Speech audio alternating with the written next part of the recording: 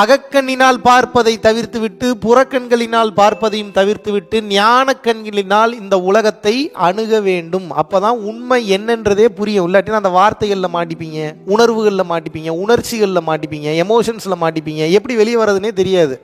ஞான கண்ணில் பார்க்கணும். ஞான கண்ணா என்ன? ஒரு அன்னப்பறவையானது எப்படி அதுக்கு குடிக்கிறதுக்கு பாலையும் தண்ணியும் ஊற்றி வச்சிட்டிங்கன்னா, ஒன்றா கலந்து வச்சிட்டிங்கன்னா நீங்கள் என்ன பண்ணுவீங்க? டிகாசன் போட்டு சர்க்கரை போட்டு டீ குடிச்சிருவீங்க. அன்னப்பறவை என்ன பண்ணுது பாருங்க, அந்த பால் தனியா அந்த நீர் தனியா பிரித்து எடுத்துருது. அப்படின்னா என்ன அர்த்தம்? பாலை மட்டும் குடிச்சிடும், தண்ணி உள்ளுக்குள்ள அப்படியே தான் இருக்கு. இது எப்படிங்க? இது இந்த அன்னப்பறவையினால் எப்படி இதை செய்ய முடிகிறதோ அதுபோல இறைவன் உங்களுக்கு கொடுக்கக்கூடிய இந்த அனுபவங்களில் நல்ல அனுபவம் கெட்ட அனுபவம் உங்கள் அறிவுக்கு தகுந்த மாதிரி சொல்கிறேன். ஆக்சுவலாக அந்த உலகத்தில் கெட்ட அனுபவம்னு ஒன்று இல்லை, எல்லாமே நல்ல அனுபவம் தான். தெரியுமா உங்களுக்கு? ஒரு மாடு என்னை முட்டிருச்சு, என் ஃப்ரெண்டையும் முட்டிருச்சு. என் ஃப்ரெண்டு என்ன எடுத்துக்கிறான், இத்தனை கோயிலுக்கு கிடா வெட்டியிருக்கோம், ஒரு கடவுள் கூட என்னை காப்பாற்றலேன்னு நினைக்கிறான். நான் என்ன நினைக்கிறேன், எந்த கோயிலுக்கு கிடா வெட்டல, ஆனால் இந்த மாடு என்ன முட்டியிருக்கே, அப்போ எனக்கு தானே ஆசீர்வாதம் பண்ணியிருக்கு நான் நினைக்கிறேன். இப்போ எனக்கு வலிக்குமா அவனுக்கு வலிக்குமா? நியாயப்படி டெக்னிக்கலி 2 பேருக்கும் வலிக்கும். ஏன்னா 2 பேரும் முட்டு வாங்கியிருக்கோம். அந்த வலியை விட்டுருங்க, அது கொஞ்சம் நேரத்தில் போயிடும். சயின்டிஃபிக்கலி மனவலி எனக்கு அதிகமா அவனுக்கு அதிகமா? ஒவ்வொருத்தனும் தனக்கு நடக்கக்கூடிய ஒவ்வொரு கஷ்டத்துக்கும் இப்படி பாசிட்டிவா ஒரு பதில சொல்லிட்டேன்னா வலிக்குமா? அப்ப ஏன் இவ்வளவு நாள் உங்களுக்கு வலிச்சுது? என் தலையெழுத்து, எங்க அப்பன் பெத்த நேரம், எங்க அம்மா அன்னைக்கே சொன்னா, இல்லை நீ வந்த நேரத்தில் தான்டா பூரா போச்சுன்னு அப்படியே பதிஞ்சு பதிஞ்சு பதிஞ்சு பதிஞ்சு பதிஞ்சு இப்போ எப்படி ஆக ஆரம்பிச்சிருச்சுன்னா, இப்போ உங்களை கண்டாலே உங்களை நீங்கள் நினச்சிங்கனாலே பாதி பேர் தான் கெத்தாக நினைக்கிறீங்க. முக்கால்வாசி பேர் இன்ஃபீரியாரிட்டி காம்ப்ளெக்ஸ். அப்படின்னா என்ன? நம்மளால் என்ன முடியும், நம்மளால் என்னத்தை செய்ய முடியும், நம்மளால் என்ன சாதிக்க முடியும்? இந்த இன்ஃபீரியாரிட்டி காம்ப்ளெக்ஸில் போய் சிக்கினதுனால லோயர் வைப்ரேஷன் வைப்ரேட் ஆகுறீங்க. இதனால் உங்களது வளர்ச்சி ஆன்ம வளர்ச்சி பெறவில்லை. இன்னும் பல உடல்களை எடுக்க வேண்டும். யாரெல்லாம் அடுத்த கட்டம் போயிடுறான்? நைட்டு போர்வையை போத்திட்டு தூங்குறத விட எவன் ஒருத்தன் பிரச்சனையை போத்திட்டு தூங்குறானோ, வாடா பார்த்துக்கலாம் நாளைக்கு என்ன பிரச்சனை, அடுத்து அந்த பிரச்சனைக்கு ஐடியா பண்ணி முன்னாடியே சொல்யூஷனை ரெடி பண்ணுறான் பாருங்க, அவன் தான் வாழ்க்கையில் எல்லாத்தையும் ஜெயிச்சு போகிறான். யார் மாஸ்டர்ஸாக இருக்காங்க? பிரச்சனையை சால்வ் பண்ணவன் தானே மாஸ்டர்ஸாக இருக்க முடியும். நீங்கள் ஏன் ஒருத்தர் குருன்றீங்க, ஒருத்தர் ஏன் மாஸ்டர்ன்றீங்க? உங்களால் தீர்க்க முடியாத ஒரு பிரச்சனைக்கு, அது எந்த பிரச்சனையாக இருந்தாலும் சரி, மிக சுலபமாக ரொம்ப எளிமையாக ரொம்ப வேகத்தில் அந்த பிரச்சனையை தீர்த்தும் காட்டுறாரு, மற்றவங்களுக்கு தீர்த்தும் வைக்கிறாரு. அதனால அவர் யாரு? மாஸ்டர், குரு, ஆசான், டீச்சர். ஒரு டீச்சர் டீச் பண்றாங்கன்னா டீச் பண்றத டீச்சர் ஃபாலோ பண்ணணும்னு அவசியம் இல்லை. ஒரு குரு உபதேசம் பண்றாருன்னா உபதேசம் பண்றதை குரு ஃபாலோ பண்ணணும், அப்பதான் ஒரு உபதேசம் பண்ண முடியும். அதனால அவர் குரு. புரியுதா உங்களுக்கு டிஃபரன்ஸ்? இப்போ இதில் குரு ஃபாலோ பண்ணுறாரா இல்லையான்றதை ஆராய்ச்சி பண்ணிங்கன்னா இப்போ உங்களுக்கு பைத்தியம் முடிச்சிடும். Now you are in danger zone. நிறைய சித்தர்கள் இருக்காங்க. இதில் பார்த்தீங்கன்னா அழுக்கு மூட்டை சித்தர்னு சொல்லுவாங்க, தெரியும்ல உங்களுக்கு? கணக்கம்பட்டியாரை சொல்லுவாங்க. நீங்கள் அவரை பார்க்க போனீங்கன்னா டக்குன்னு சட்டையை அவுத்துட்டு போய் வெயிலில் போய் உருண்டு பிறண்டு உருளும்பார் கொஞ்சம் நேரத்துக்கு. அந்த வெயிலில் போய் உருள முடியுமா? நீங்கள் ஒரு சித்தரை ஒருத்தரை பார்க்க போகிறீங்க அப்படின்னா டக்குன்னு பார்த்தீங்கன்னா திட்டிகிட்டு இருப்பாங்க, எதாவது அசிங்கமாக யாரையோ திட்டிகிட்டு இருப்பாங்க. இவருக்கு என்ன பைத்தியம் முடிச்சிருச்சுப்பீங்களா நீங்கள் அந்த சித்தரை? யாரை எதுக்கு எப்போ எப்படி திட்டுறாங்கன்னு உங்களுக்கு எப்படி தெரியும்? ஸோ அவர் திட்டுறாரு போல நம்மளும் திட்டினா உங்கள் நிலைமை என்ன ஆகும்?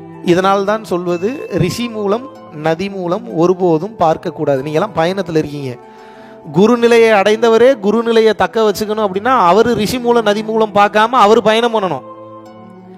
அவரை பின்பற்றி வர்றவங்க அவங்க ரிஷி மூலம் நதி மூலம் பார்க்காம பின்பற்றி வரணும். இப்படி பின்பற்றி வந்தால் ஒழிய பிறவி கடலை கடப்பது என்பது அரிதான ஒரு காரியம். உண்மையே இப்போ 10 நிமிஷத்தில் சொல்லி கொடுத்துட்டேன். ஒன்றும் இல்லை, எல்லாம் அவன் தான். கையை தூக்கிட்டு சரண்டர் ஆயிருங்கன்ட்டேன். அவ்வளோதான், முடிஞ்சு. என் வேலை முடிஞ்சுது. ஆனால் பிரச்சனை எங்கே வரும்? நாளைக்கு நான் சொல்லி கொடுத்ததவே சந்தேகப்பட வைக்கும். வேற யாரும் வேணாம், உங்கள் மைண்டு ஓன் மைண்டு போதும்.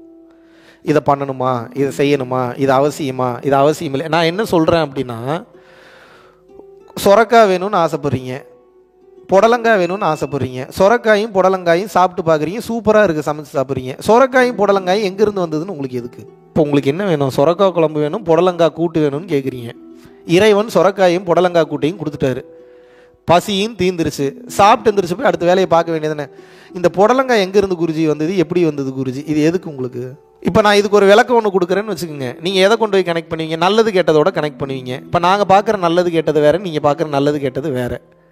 இப்போ நீங்கள் எப்படி கால்குலேட் பண்ணி பார்த்தீங்கன்னாலும் புடலங்காயும் சொரக்காயும் வந்தது தப்புன்னு தெரியும், ஆனால் இறைவனுடைய பாதையில் சரின்னு தெரியும்.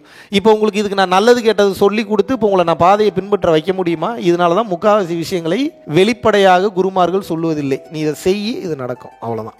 ஏன்? மைண்ட் அப்புறம் கேள்வி கேட்கும். கேள்வி கேட்டுச்சுன்னா பதில் கொடுத்து ஆஃப் பண்ண தெரியணும். ஆஃப் பண்ண தெரியுதா நமக்கு? நம்ம மைண்டு கேள்வி கேட்டுச்சுன்னா பதில் கொடுத்து ஆஃப் பண்ண தெரியுதா? 4 கேள்விக்கு பதில் தெரியலன்னா மறுபடியும் 10-15 கேள்வியை கேட்டு சந்தேகப்பட வச்சு லாக் பண்ணிடும். அப்புறம் என்ன பண்ணும்? இங்கே இவ்வளோ பெரிய வலி வேதனை இந்த டவுட்டிங் இருக்கிறப்ப பயிற்சி எப்படி பண்ணுவீங்க? டீச்சிங்ஸ் எப்படி ஃபாலோ பண்ணுவீங்க?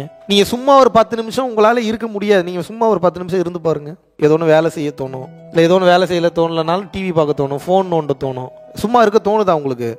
அப்போ எப்படி பழகிட்டீங்கன்னா சின்ன வயசுலேருந்து சும்மா இருந்தால் சும்மா இருக்கலாம், ஆனந்தமாக இருக்கலாம், ஒரு குழந்தை மாதிரி. அப்படி பழகாமல் சும்மா இருந்தாவே சோகப்படணுன்றதை பழகிட்டீங்க. இப்போ இது ஒரு வியாதி ஆயிடுச்சு. அப்படின்னா என்ன? 10 நிமிஷம் சிரிச்சா நம்மளே 10 நிமிஷம் அழுதுருவோம். எதுக்கு? வேற எது மூலியமாவது பிரச்சனை வந்துட போகுது. இப்போ அப்படி ஆகிட்டீங்க நீங்கள். உங்கள் மனம் இப்போது எப்படி ஆகிவிட்டது என்றால், சந்தோஷமா நீங்கள் இருந்தீங்கன்னா உங்களுக்கே பிடிக்க மாட்டேங்குது. இப்போ அப்படி டியூன் ஆகிட்டீங்க. நீங்கள் சந்தோஷமா இருந்தாவே உங்களுக்கே பிடிக்க மாட்டேங்குதுங்க. எத்தனை பேர் நான் சந்தோஷமா இருக்கும்போது ஆஹா எவ்வளோ சந்தோஷமா இருக்கு அப்படி நினச்சிருக்கீங்களா யாராவது? சந்தோஷமா இருக்கும்போது என்ன பிரச்சனை வந்து வரப்போதோ தெரியலையே, அடுத்து இவ்வளோ ஆனந்தமாக இருக்குது தோணுதா தோணலையா? அப்போ இன்பில்ட் மெமரி என்ன ஆயிடுச்சு அப்படின்னா, நான் சந்தோஷமாக இருக்கிறவனே இல்லைன்னு நீங்களே ரெக்கார்ட் பண்ணி வச்சுட்டீங்க. இது வாங்கினா தான் சந்தோஷம், இது படித்தாதான் சந்தோஷம், இதை தெரிஞ்சுக்கிட்டா தான் சந்தோஷம்னு எம்டியாக ஜீரோவாக இருந்த ஹார்ட் டிஸ்கில் அன்கண்டிஷனலாக நிறைய கண்டிஷன்ஸ் எழுதிட்டீங்க. ஸோ இது வந்தால் தான் இது வரணும், இது வந்தால் தான் இது வரணும், இது வந்தால் தான் இது வரணும், இது வந்தால் தான் இது வரணும், எல்லாத்துக்கும் கண்டிஷன் எழுதிட்டதுனால இப்போ உங்கள் சந்தோஷம் பூரா கண்டிஷனை தாண்டி நிற்கிது. அப்படின்னா என்ன? இதெல்லாம் நடந்து முடி, அப்புறம் நான் உங்ககிட்ட வரேன்னு நிற்கிது. வந்தா வருது, வராட்டி போகுது. இது எப்படி இருக்குது? வந்தால் சந்தோஷம்னா அப்புறம் வந்து தான் ஆகணும். அப்புறம் வர்ற வரைக்கும் சந்தோஷம் இருக்குமா? வேணும்னு சொல்லும் போது என்ன ஆகுது? ஸ்ட்ரெஸ் ஆகுது. ஏன்? பிடிச்சி வைக்கிறீங்க. இப்போ எவன் ஞானி? வேணுன்றவன் ஞானியா வேணான்றவன் ஞானியா? இந்த கருமத்தை தானே காலையிலேருந்து கத்திக்கிட்டு இருக்கிறேன். இதைத்தானே சொல்லிக்கிட்டே இருக்கேன். வேணும்னு பிடிச்சி வைக்காதீங்க, பிரச்சனை ஸ்ட்ரெஸ் ஆகும். உங்களுக்கே தெரியாமல் கண்ணுக்கே தெரியாத மன அழுத்தம் ஏற்படும். நீங்கள் பிறந்ததுலேருந்து சாகிற வரையும் வேணும்னே உட்காந்துருக்கீங்க. எங்கேருந்துங்க நிம்மதியாக தூக்கம் வரும்? எப்படிங்க வரும்? இப்போ கண்டிஷன் இப்போ மாற்றி எழுதுங்க, பூரா கோடிங்க இப்போ மாற்றி எழுதுங்கன்றேன். வரலாம், வராமையும் போகலாம், லாம் மட்டும் எல்லாத்தையும் ஆட் பண்ணிக்கங்க, வாழ்க்கை சூப்பராகிடும்.